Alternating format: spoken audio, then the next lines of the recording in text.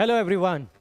हम लोग एक चीज़ को जानने के लिए बड़े क्यूरियस हैं कि जैसे कि अभी डोनाल्ड ट्रंप ने यहाँ पे अनाउंस किया कि हम पनामा कैनाल, ग्रीनलैंड और कनाडा को कहीं ना कहीं यूएस के इन्फ्लुएंस में या यूं कहें कि हम यूएस में ही शामिल करेंगे।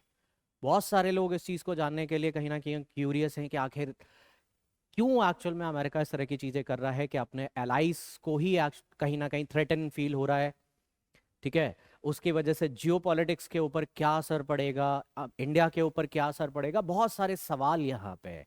या ये कहीं एक सोची समझी डोनाल्ड ट्रंप की स्ट्रैटेजी है या एक डिकॉय प्रोसेस है। तो सबसे पहले तो हम थोड़ा सा बात करते हैं यहाँ पे ग्रीनलैंड की। तो ग्रीनलैंड एक्चुअल में एक स्ट्रैटेजिक लोकेशन देता है अमेरिका को, वहां पे कहीं ना कहीं उसके जो एयर बेसेस हैं उसके लिए, जिससे वो रशिया, इवन यूरोप, इन दो जगह को वो आसानी से मॉनिटर कर सके, आसानी से वो कंट्रोल कर सके। वहीं पे अगर हम पनामा कैनाल की बात करें तो पनामा कैनाल का एक्चुअल में 1971 के पहले तक, कार्टर के सिचुएशन के पहले तक अमेरिका के ही कंट्रोल में था। देन 71 के बाद उसको पनामा को सौंपा गया। अब पनामा में जो सिचुएशन क्रिएट हो गई है, वहां पे जो डोनाल्ड ट्रंप का कंसर्न है, वो कंसर्न ये है कि पनामा के अंदर बढ़ता हुआ चाइनीज इन्फ्लुएंस, और वो किसी भी सिचुएशन में चाइना को इस पोजीशन यहां पे नहीं देखना चाहता, क्योंकि नहीं तो सेम सिचुएशन रिपीट हो जाएगी जो 1962 में क्यूबन मिसाइल क्राइसिस की देखी गई थी। यानी कि एक तरीके से जो क्यूबन मिसाइल क्राइसिस की जो हिस्ट्री थी वो वापस से यहां रिपीट हो सकती है, अमेरिका के लिए एक समस्या पैदा हो जाएगी। इसीलिए वो पनामा कैनाल को लेकर थोड़े से कंसर्न है।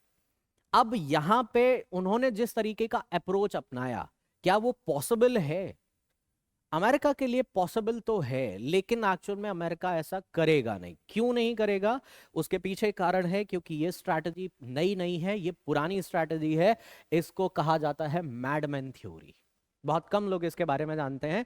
एक्चुअल में रिचर्ड निक्सन ने ये स्ट्रैटेजी अपनाई थी कि जब आपको किसी को प्रेशराइज करना हो, आपको किसी को परेशान करना हो, तो आप अपना इस तरीके का रौद्र रूप दिखाइए कि सामने वाला डर जाए, उसको लगे कि यार इसके साथ यहाँ पे अगर नेगोशिएशन नहीं करते हैं तो यहाँ पे इसके कॉन्सिक्वेंसेस बहुत खतरनाक होंगे। अपने आप को बिल्कुल पागलपन के दौर पे दिखा दो कि इससे बड़ा दुनिया में कोई पागल हो ही नहीं सकता, तो सामने वाला कहीं ना कहीं थ्रेटन फील करेगा। यही सेम थ्योरी, मैडमैन थ्योरी का डोनाल्ड ट्रंप इस टाइम पे बहुत स्ट्रेटेजिकली इस्तेमाल कर रहे हैं। वहां पे प्रेशर क्रिएट कर रहे हैं अपने एलाइज के लिए। अब उनका ऑब्जेक्टिव क्या है? यहाँ पे बहुत सिंपल और स्ट्रेट ऑब्जेक्टिव है। पहला, नाटो के लिए यूरोपियन कंट्रीज को प्रेशराइज करना कि या तो वो नाटो को जो है फंड देना शुरू करें, जो अभी तक नाटो को यूरोप की तरफ से फंड कहीं ना कहीं सफिशिएंटली नहीं दिए जा रहे, ये डोनाल्ड ट्रंप का मानना है। तो पहली चीज जो है कि नाटो को कहीं ना कहीं फंड एक्स्ट्रा मिले, या अगर वो नहीं देते हैं तो उसके बदले में अमेरिका को कुछ स्पेशल प्रिविलेज या कुछ लाभ दिया जाए।